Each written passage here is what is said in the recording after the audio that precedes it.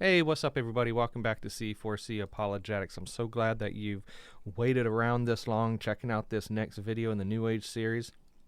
I pray this series has been a blessing to you, maybe enlightening, not in the New Age sense, but at least revealing certain things. And so this video today, if you've been following these videos one after the other in sequential order, if you will, chronological order, you realize that this video is going to be a review of the documentary The Secret, right? Well, let me explain. I'm an ignoramus. I'm a complete dunce. Let me explain. I set out to watch the documentary The Secret by Rhonda Burns, like I mentioned in the very last video when we looked at New Age influencers outside the church.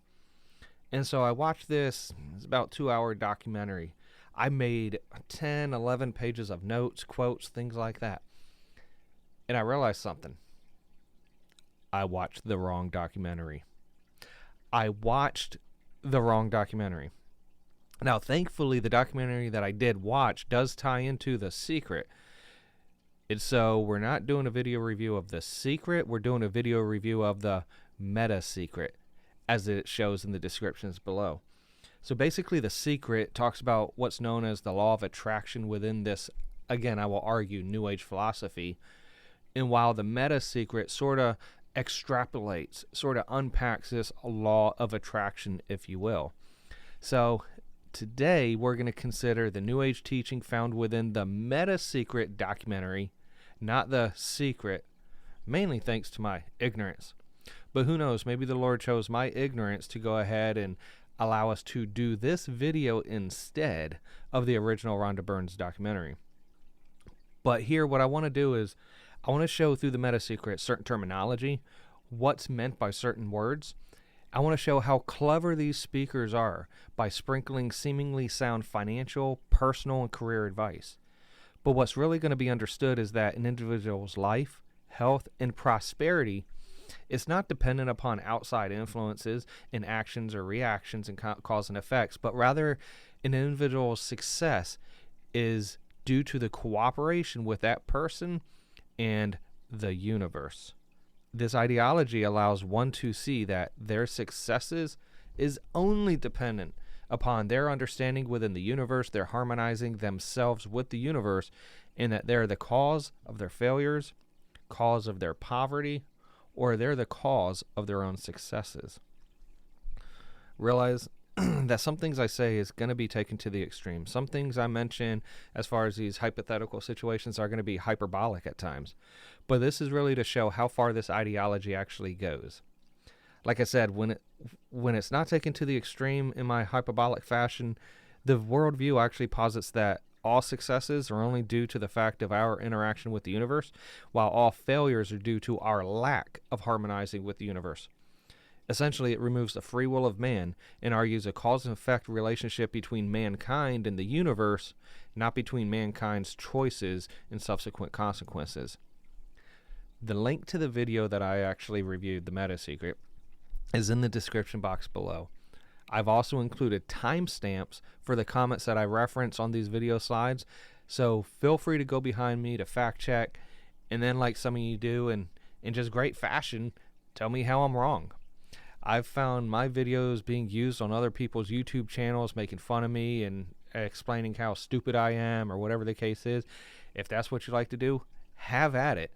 Just know that it's my prayer and desire that you see that this worldview isn't just damaging to one's relationship with the one true God, whereby it turns a relationship into Christ into a relationship with the universe, but also realize that this view is damaging to one's emotional and psychological well-being, in being the cause for one's spiral into depression as well as suicidal thoughts.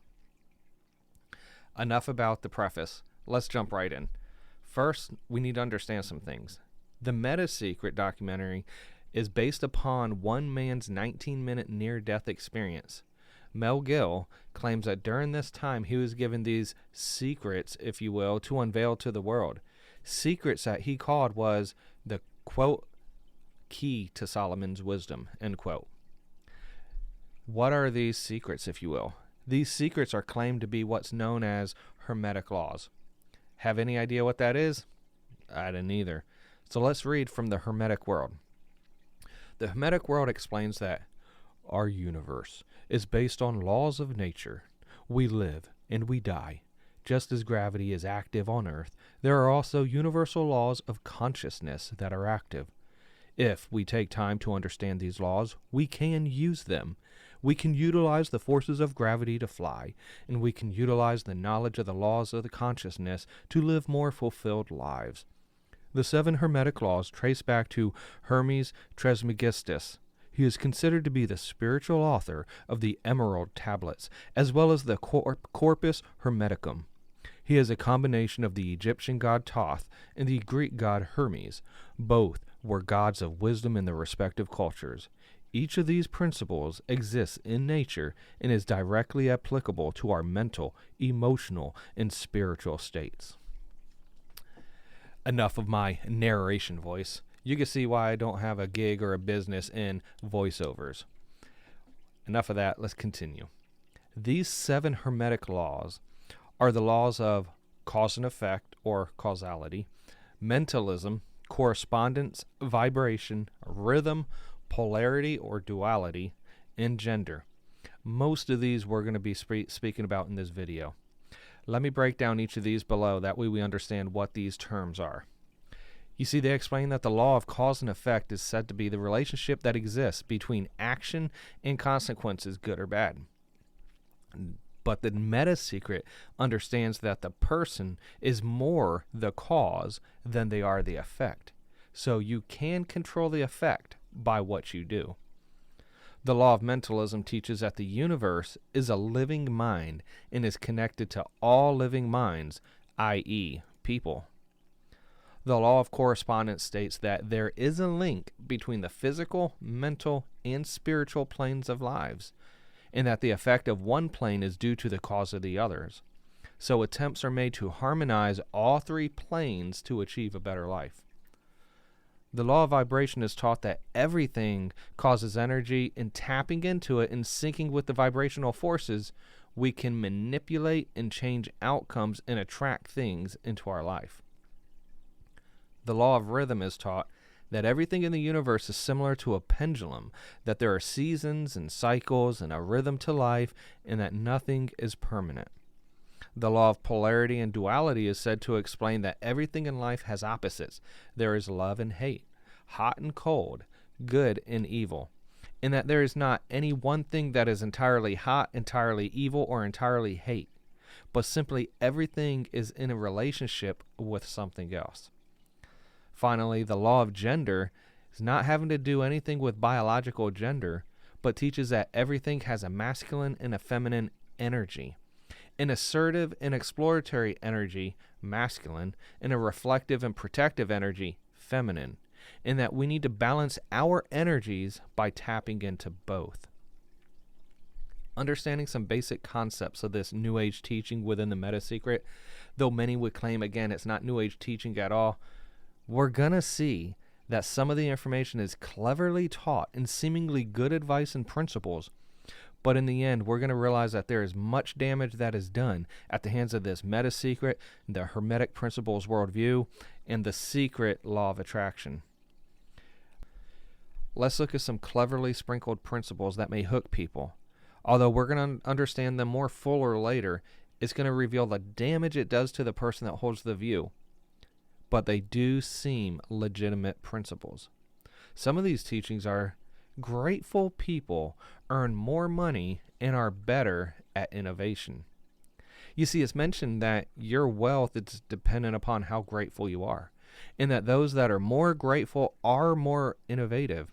So the best thing to do to become more wealthy is to find the good in society. Be grateful. This sounds like a fair principle. Studies have shown that optimists tend to be more successful than pessimists, in which optimism presents itself in gratefulness. So in a sense, the more grateful one is, the more likely they are to be optimistic, and therefore more likely to be successful and innovative. It sounds legit. What about, we visualize that we put up posters around our office that simulate a bestseller list with our name number 1, and we visualize bookstore windows full of chicken soup for the soul. You see, visualizing success and posting signage that shows successes, it could be a good motivational tool. It shows a goal. It shows an outcome, a desire. I could see how constantly seeing yourself as successful in a project or endeavor would be motivation for performance and determination. The key to abundance is to act in spite of fear, in spite of doubt, in spite of worry, in spite of inconvenience. Again, this principle sounds well. It's as if an individual is frozen in fear or paralyzed in worry and doubt, they'll never act. And if you never act, you're never going to be successful. Abundance, or moving forward in a project, in an endeavor, has to be done regardless of if you have doubts, regardless if it's inconvenient. Because if we let the doubts, the fears, the worries, and inconvenience stop us from a project or a goal or an endeavor, would it ever really get done? So again, this principle sounds legitimate. Understand that you can do it. Quit listening to people tell you you can't, and start seeing yourself doing something really big. Yet again, sounds like great advice. Ignore the haters. Ignore the doubters. Ignore those drinking that haterade. And if you feel like achieving something big, just do it. Be determined. Be principled. Be diligent. Listen only to yourself. Sounds like legitimate principles. Very subtle. Very clever. Most people are uncertain about their next step. Here's your message. Do it. You'll get so much further, faster by actually getting in the game than thinking about it forever. Myself, as a very analytical person, I've been told numerous times, especially by my senior pastor and others close to me, that I'm an overthinker. And so many times people like me, we overthink a process or a goal. And because of overthinking, it really is never acted upon, or it's very much delayed. Again, this advice sounds legit. Rather than spend eons thinking, simply do. There is no future. When it gets here, it's called now. It's called this moment. People think about the past, and they throw their power into the past. This final cleverly laid comment is one that I've had to principally accept as well, because at surface level, divorced from its context in the documentary, it seems very sound. That our past does tend to paralyze us and keep us from moving forward into future. Sometimes we need to forgive, forget, move forward with the past failures in life, and just focus on the now and the future goals that we have. Again, each of these quotes I just referenced make the Meta-Secret documentary and their hermetic laws seem to be true and naturally observed in our daily lives, and that's exactly what Satan does.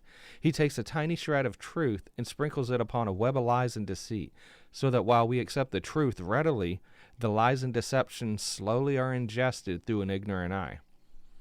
Let me now open the eyes to reveal how damaging New Age philosophy truly is. You already have wealth in abundance. You have wealth in abundance to the level that you allow it in your life. You're going to see similar phraseology through the rest of the video, because what this ideology teaches is that you have what you have because of what you do and what you think.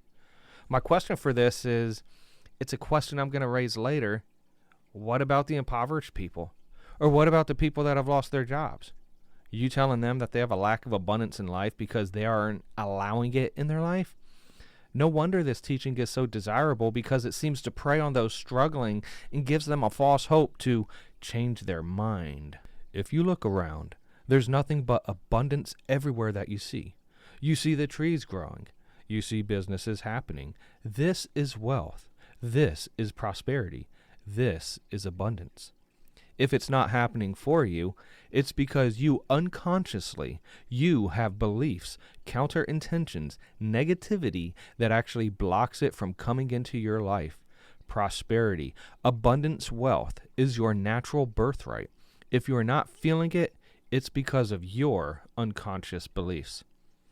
Again, if you have no abundance, if you have no wealth or affluence, it's not only because you lack action, but it's because you're unconsciously believing you don't.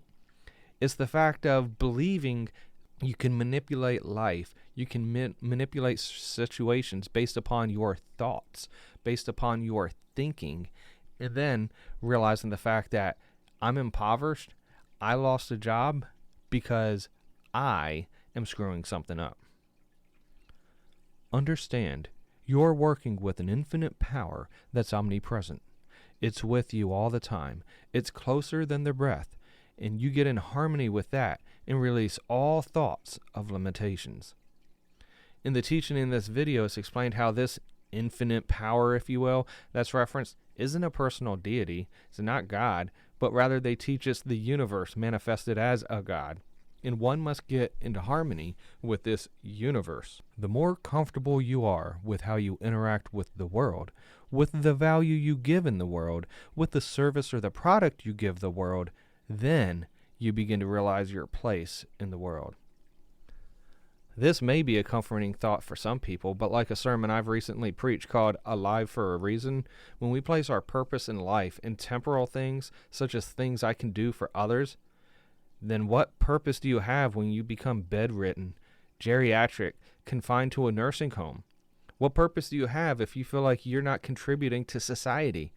I'll tell you, in a utilitarian worldview such as what this ideology teaches, you have no value or purpose any longer. But that's not what God says. God says he created you in his image for his purpose, to know God and to make him known. Our purpose cannot be found in actions, but in relationship with the Creator. The meta secret to relationships is to know that the universe is giving you love right now. When you give love to the universe, when you give love to another, you will receive love in turn. Again, in this philosophy and worldview, their chief deity, God if you will, is the universe. As Lawrence Krauss, the atheist, remarks, the stars died so you could live. Blasphemous teachings that one day will be given account of. See, they teach that the measure that you love the universe in harmony with the universe will be the measure of love you receive back. But what about the person that is trying to love the universe with all their heart, mind, soul, and strength, and yet they continue to be down on their luck, if you will? They lost a job. They're not making the money that they thought they would make. What happens to those people? If you're in a relationship where you're not experiencing full love, the way to change it is not by changing the other person. It's by changing yourself. Yet another damaging teaching from this ideology. What would be said to the emotional and psychological abused wife or husband who never feels loved by their spouse? They're getting beat. They're being called names regularly. They try time and time again to please that person in every way possible. They serve them. They love them. They do whatever they say, and yet they receive nothing back. You see how damaging this ideology could be? This view says if the person isn't receiving love from that abusive spouse, it's not because the spouse doesn't love them, but it's because the one being abused has a problem with himself. They need to change their self rather than trying to change the other person. I don't think that's something you'd want to tell a victim of domestic violence. If you're looking for love and not finding it, it's no doubt because of a lack of forgiveness in some area of your life. Again, not only the successes are because of you and your universal harmony, but it's also the failures of you in your life. What we just learned a moment ago is the fact that the love you don't have is because of the change you're not doing to yourself. And now we're seeing that if you're looking for love and you don't find it, it's because of you again.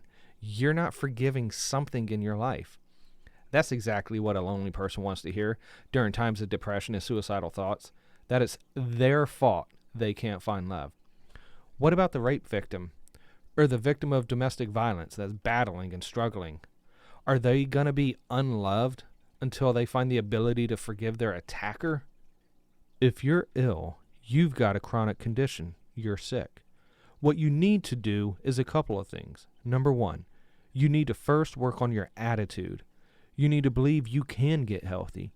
You need to not believe anyone who tells you you're going to die, or it's terminal, or it's going to take a long time.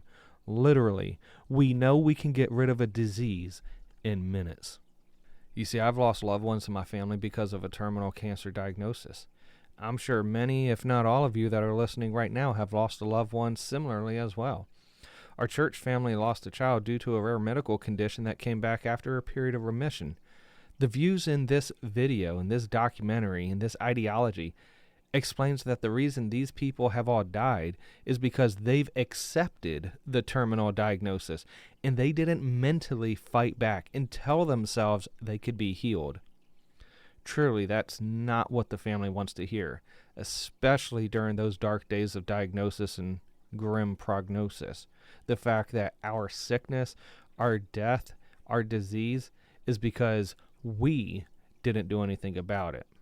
Whatever has happened in your life, whatever is going on for you, if it's not the way you want it, any situation, consider the fact that everything happens for a reason. And that reason is there to serve you. How can you reframe this? How can you relook at this in such a way that helps you, that supports you, that puts you on the path to success and positivity again? It doesn't help you to be negative. It doesn't help you to wallow. All that can do is bring you down. It's time to change your mind. It's time to refrain, relook at it, have a new perspective, a new view, and put this in light of this was there to serve you. There's no accidents in the universe. This happened for a reason, and that reason is there to help. Are we starting to see how damaging these views are? In one sense, if everything is deterministic and there to help you, then why take any actions at all if it's predetermined? And for those events that the universe puts you through, remember, it's not worth wallowing and sulking. The universe did it to you to help you grow. Even if your loved one was murdered, the universe did it. Even if you're a victim of rape or human trafficking or domestic violence, the universe did it. According to this view, don't be negative. Don't wallow. It wasn't accidental, but it was purposeful by the universe to help you grow, to serve you. You're a victim of rape, human trafficking, domestic violence according to this view because you need to learn something. This is what the view teaches. When I have an expectation on how someone else should be, I've given my power over to them. What I want to do is simply learn how to create joy and happiness inside myself, and we can do that in numerous ways by doing the things we love. By focusing on the good qualities in ourselves, by choosing to focus on the good qualities of others instead of being judgmental. Sounds great, but it leads to postmodernism, which is unfortunately already here and has been here for many decades. It simply relegates truth and morality to being subjective. So now the pedophile that's merely doing what brings them joy needs to be overlooked and appreciated for the good quality and character traits that they exhibit elsewhere. The person that's abducting women and raping them needs to be overlooked for the good quality and traits they exhibit elsewhere as well. Don't be judgmental. Focus on the good qualities of others and don't judge them. Moral relativism breeds violence and degradation of the human being, and that's what this ideology simply teaches. I had 10 pages of quotations from this video, and I could have compiled many more. Another 10 pages of quotations, I don't even believe half of them made that into this video. This should show enough of the lies and the deception of the so-called meta-secret or the Hermetic principles. The ideology is yet another humanistic philosophy fueled by Satan, which is no different from that of the Christian Science from Mary Baker Eddy, the L. Ron Hubbard cult of Scientology, or the Word of Faith movement found within the church today. In the end, this teaching rejects the biblical idea of Jehovah in the life and ministry of Jesus Christ. It places the suffering of mankind upon their own shoulders rather than the results of the fall of Adam and the free will sinfulness of mankind. One's own failures, sickness, and loneliness is attributed to their failure as a human being in harmonizing themselves with the universe. That's a worldview that's needed today, right? Isn't it? And yet, that's the world review that's regurgitated from people like Oprah Winfrey, Eckhart Tolle, Deepak Chopra, and many others. These New Age influencers are leading people into a life of depression and suicide and driving a wider wedge between them and the God who loves them and died for them. It's time that we realize what this teaching is. Nothing but cleverly crafted dog crap that comes from the pit of hell, keeping the person in bondage to a selfish, humanistic life devoid of greater meaning, purpose, and relationship with the God who loves them. that's going to be it for this video. I'm hopeful that I can finish out this video series, but should I not, there's plenty of information here to pass around to those being swayed by this demonic philosophy. So I thank you for tuning in. Keep sharing, keep commenting, and keep posting. Until next time, God bless.